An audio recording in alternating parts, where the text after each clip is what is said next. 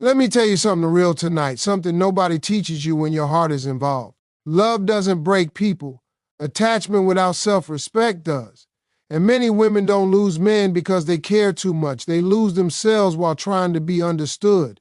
You see, when you talk, explain, beg, remind, or prove, what you're really saying is, please see my value. And the truth is, value is never recognized when it's being advertised. It's recognized when it's missed. This message is not about manipulation. It's not about games. It's not about revenge.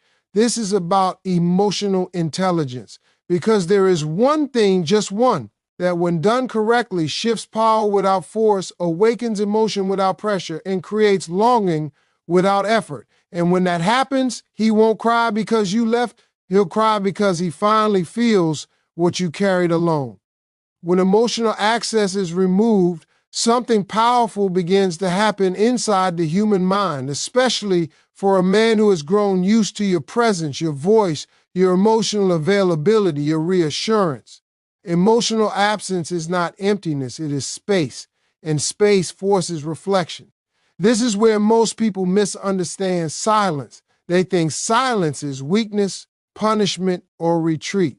In reality, silence, when rooted in self-respect, is an invitation for the other person to finally sit alone with their own thoughts. When you are always explaining how you feel, always clarifying your intentions, always trying to fix misunderstandings, you unknowingly remove the need for the other person to think. You do the emotional labor for both of you.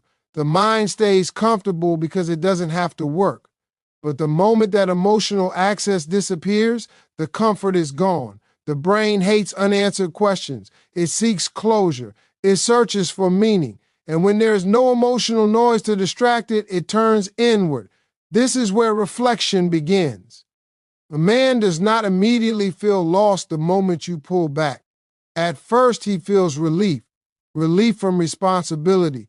Relief from expectation. Relief from accountability. And many women panic at this stage because they mistake that relief for indifference. It is not indifference. It is the calm before awareness. Emotional realization does not arrive loudly. It arrives slowly, quietly, often late at night when distractions are gone. When you stop being emotionally available, the mind starts replaying moments it once ignored. Conversations, laughter, the way you listened without interrupting, the way you stayed even when it was hard. The value that was once constant becomes noticeable only in its absence. This is basic psychology. The brain registers loss more intensely than presence. What was always there never felt urgent. What is gone suddenly feels important. And here's the key. Reflection does not come from confrontation. It comes from contrast. When your emotional energy is gone, the contrast between with you and without you becomes unavoidable. He begins to notice the silence where your care used to be, the peace where your reassurance once lived, the absence where your effort once stood. This reflection is uncomfortable. It brings questions he was avoiding. Questions like, why doesn't she chase anymore? Why does the house feel quieter? Why does nobody check on me the way she did? Why does this feel heavier than I expected? These questions are not about missing attention. They are about missing impact. Silence forces accountability without accusation. There is no argument to win. No defense to prepare, no blame to deflect. There is only space, and space does not lie. In that space, he begins to examine his behavior, not because you demanded it, but because his own mind demands answers. This is why emotional absence is so powerful. It removes resistance. People resist pressure, not reflection. When you step back with dignity, you are no longer chasing validation. You are no longer asking to be chosen. You are allowing reality to speak for itself, and reality speaks loudest in silence. He begins to connect dots he never connected before. He realizes the effort you made that he took for granted, the patience he never thanked you for, the emotional safety he assumed would always be there. And here's the part most people don't understand. Reflection hurts more than confrontation. Confrontation allows defense. Reflection allows truth. There is no one to argue with when you are alone with your thoughts at night. no message to ignore, no voice to dismiss, just memory, just awareness, just realization. This is where the emotional weight starts to settle in, not as panic, but as a slow, heavy understanding. He starts to feel the cost of emotional neglect, the cost of inconsistency, the cost of assuming you would always stay. And this feeling doesn't come with logic. It comes with emotion, that tightness in the chest, that restlessness at night, that urge to reach out and not knowing why. He may not even be able to name what he's feeling. That's the thing. Men often don't cry because they can explain their pain. They cry because they feel something they didn't expect. Emotional absence creates emotional confusion, and confusion leads to longing, not longing for control, but longing for what felt real. This is why chasing never works. Chasing fills the space that reflection needs. Explaining fills the silence where realization could grow. When you stop talking, not out of bitterness, but out of self-respect, you stop interrupting his emotional process. You let the mind do what it naturally does when something meaningful disappears.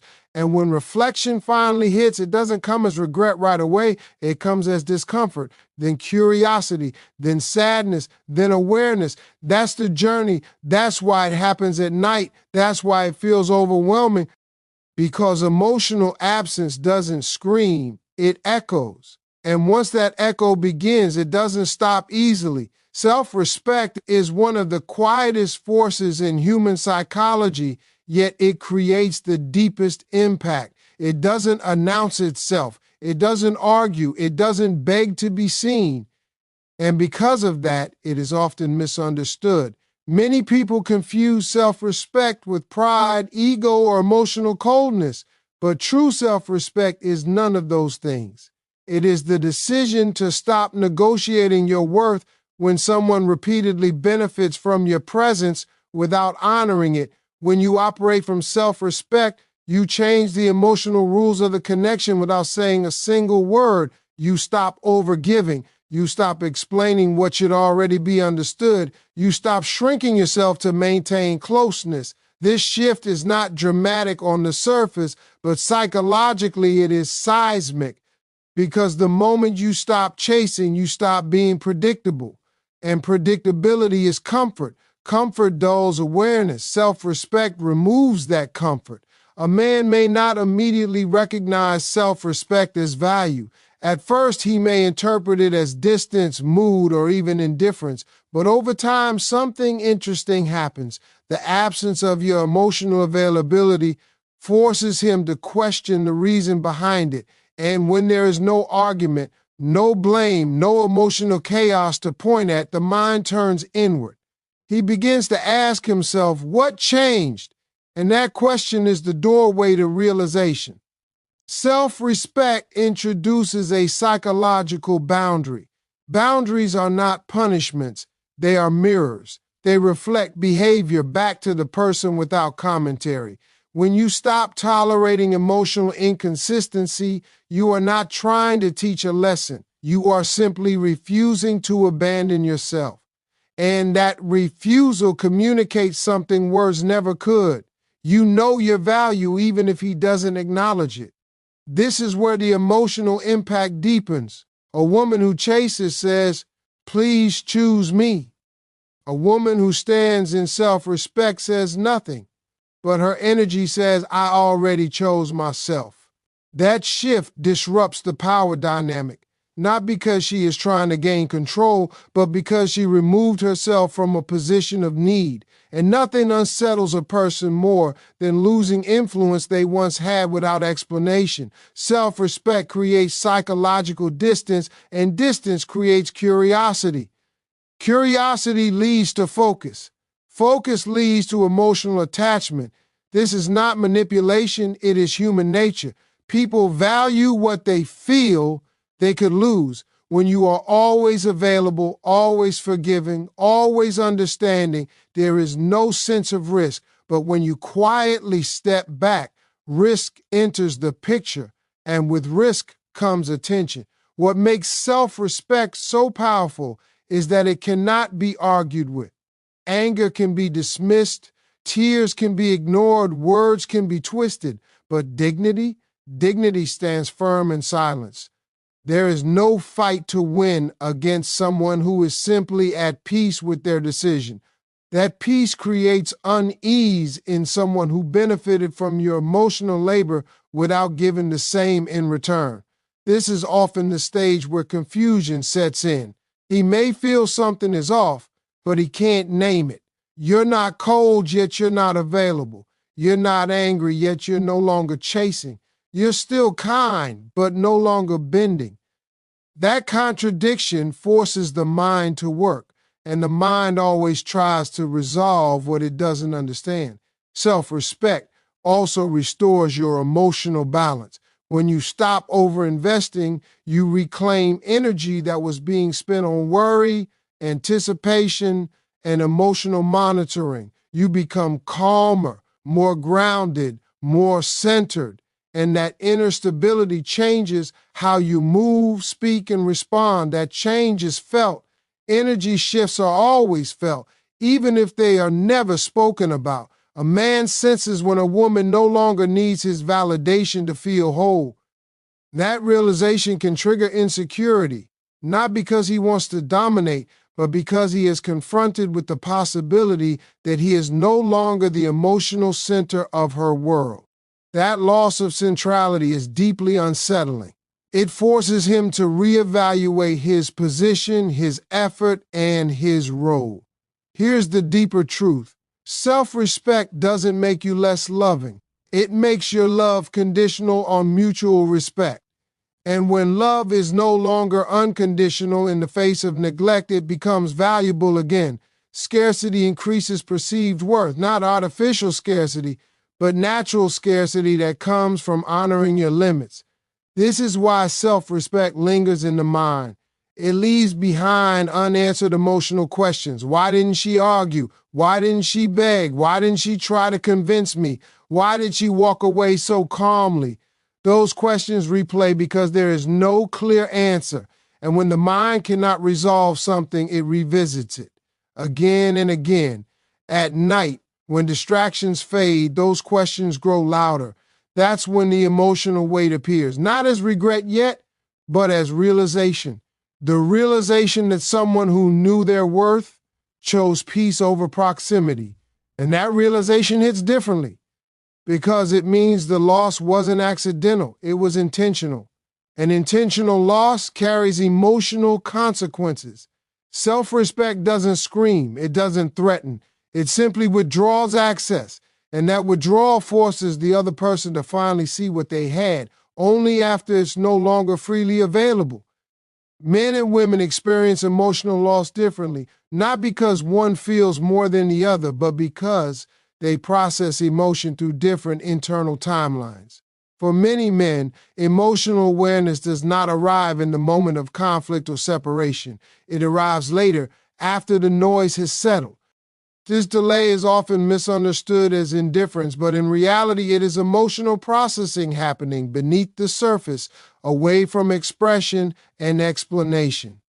In the beginning, when distance appears or communication slows, a man often feels a sense of release rather than pain. There is no immediate emotional collapse. Instead, there's a feeling of space, less expectation, fewer emotional demands, fewer conversations that require vulnerability. This phase can look like moving on quickly, staying busy, or appearing unaffected.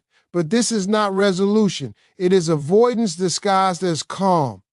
Men are conditioned to manage emotion through action and distraction. Work, social activity, routines, and external focus become coping mechanisms. As long as there is something to do, something to chase, or something to fix, the emotional reality remains at bay. This is why the absence of immediate reaction is misleading. The emotional bill has not been canceled. It has simply been postponed. Delayed processing begins when distractions lose their power, when the workday ends, when the phone is quiet, when the night stretches longer than expected. That is when emotion surfaces, not because he invited it, but because there's nowhere left for it to hide. The mind begins to replay moments that once felt insignificant, conversations that ended without resolution, the sound of your voice, the comfort of your presence, the consistency that is no longer there. What makes this realization heavy is that it comes without warning. There is no gradual buildup. One moment he feels fine, the next he feels unsettled. This emotional ambush is what often leads to confusion. He may not even connect the feeling directly to you at first. He just knows something feels off, something feels missing, something doesn't sit right. Men often struggle to name emotions because they were never taught to explore them in depth. Instead of labeling sadness or regret, they experience restlessness, irritation, or fatigue. The body reacts before the mind understands. Sleep becomes difficult. Thoughts loop. There is a sense of weight that cannot be explained logically. This is not weakness, it is emotion finally being acknowledged. The delayed nature of this process is why men often reach out unexpectedly, not during the breakup, not during the silence, but weeks or months later when the emotional realization has matured. By then, the loss has been fully felt, and when loss is fully felt, it carries a different intensity. It is no longer about fixing a situation. It is about mourning what once felt safe. This is also why arguing or explaining rarely works in the moment. During conflict, a man is focused on control, logic, and self-protection. Emotion is secondary. But once the situation is over and control is no longer needed, emotion takes the lead. The heart catches up to what the mind delayed. And when it does, it often arrives all at once. Delayed processing also brings regret, not always dramatic, but persistent.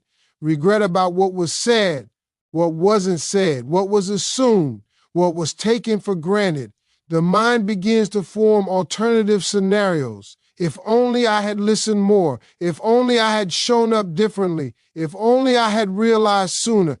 These thoughts are not solutions. They are signs of emotional awakening. This awakening can be deeply uncomfortable. It challenges identity. It forces vulnerability. It highlights emotional blind spots. And because men are rarely encouraged to sit with emotional discomfort, the experience can feel overwhelming.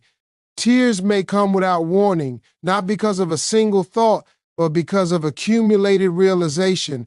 Realization delayed too long to be gentle. The key thing to understand is that delayed processing does not mean lack of feeling. It means feelings were postponed, and postponed emotions tend to arrive heavier, not lighter. They arrive with more force because they were suppressed, ignored, or rationalized away. When they finally surface, they demand attention. This is why silence and distance are so impactful. They allow time for emotional processing to occur naturally, without interference, without pressure, without explanation. When there is no one reminding him how to feel, he is left to discover it on his own. And self-discovered emotion is always stronger than emotion triggered by confrontation. By the time realization sets in, the emotional connection has already been reevaluated internally. He may begin to miss not just you, but the version of himself he was when he felt connected, understood, and emotionally safe. That loss is deeply personal. It is not about possession, it is about identity.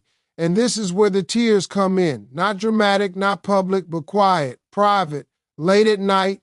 Tears that come from finally understanding what was lost after believing it was easy to let go. Emotional processing may be delayed, but when it arrives, it leaves no room for denial. This delay is not a flaw. It is a pattern. And understanding this pattern allows you to stop chasing immediate validation and start trusting the natural rhythm of emotional realization. Because what is felt later, when fully understood, is often felt deeper than what is felt in the moment. Detachment, when done with peace rather than bitterness, creates one of the strongest psychological imprints a person can leave behind. Most people believe impact comes from emotional intensity, arguments, tears, dramatic exits, or final words meant to be remembered. But the truth is, emotional noise fades. What lingers is what was never explained. When you detach calmly, without blame or chaos, you leave behind emotional silence that the mind cannot easily resolve. The human brain is wired to complete stories. It seeks closure, patterns, and explanations. When a relationship ends with conflict, the mind focuses on the conflict itself. But when it ends or shifts without drama, without anger, without visible pain, the brain has nothing concrete to hold on to. That's where the echo begins. Questions form with no clear answers.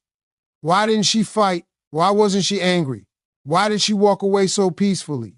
Those unanswered questions replay because the mind keeps searching for resolution. Peaceful detachment disrupts expectation.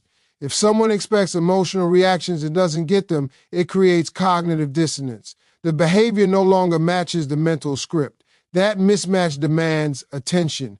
It forces the person to think, revisit, and analyze. And analysis leads to emotional attachment because the mind invests energy into what it cannot understand. This is where detachment becomes powerful, not as a strategy, but as a state of being. When you detach without resentment, you are no longer trying to teach a lesson or provoke a response. You are simply choosing emotional alignment with yourself. That alignment feels different to the other person. It feels final, grounded, and out of reach. And that feeling creates emotional reverberation. An emotional echo is created when presence is removed without emotional residue. There is no anger to blame, no drama to dismiss, no weakness to rationalize, only absence, and absence magnifies memory. Small moments suddenly feel significant. Casual conversations feel meaningful. The comfort of your emotional consistency becomes noticeable only because it is no longer there. At night, when distractions are gone, these echoes grow louder. The mind fills the silence with recollection, not because it wants to suffer, but because it wants to understand. Understanding is the brain's way of restoring balance. But peaceful detachment offers no explanation. There is no emotional trail to follow, and so the mind loops. This looping often brings delayed emotion. Feelings that were suppressed during a relationship surface after it changes. Appreciation arrives late. Gratitude arrives late. Regret arrives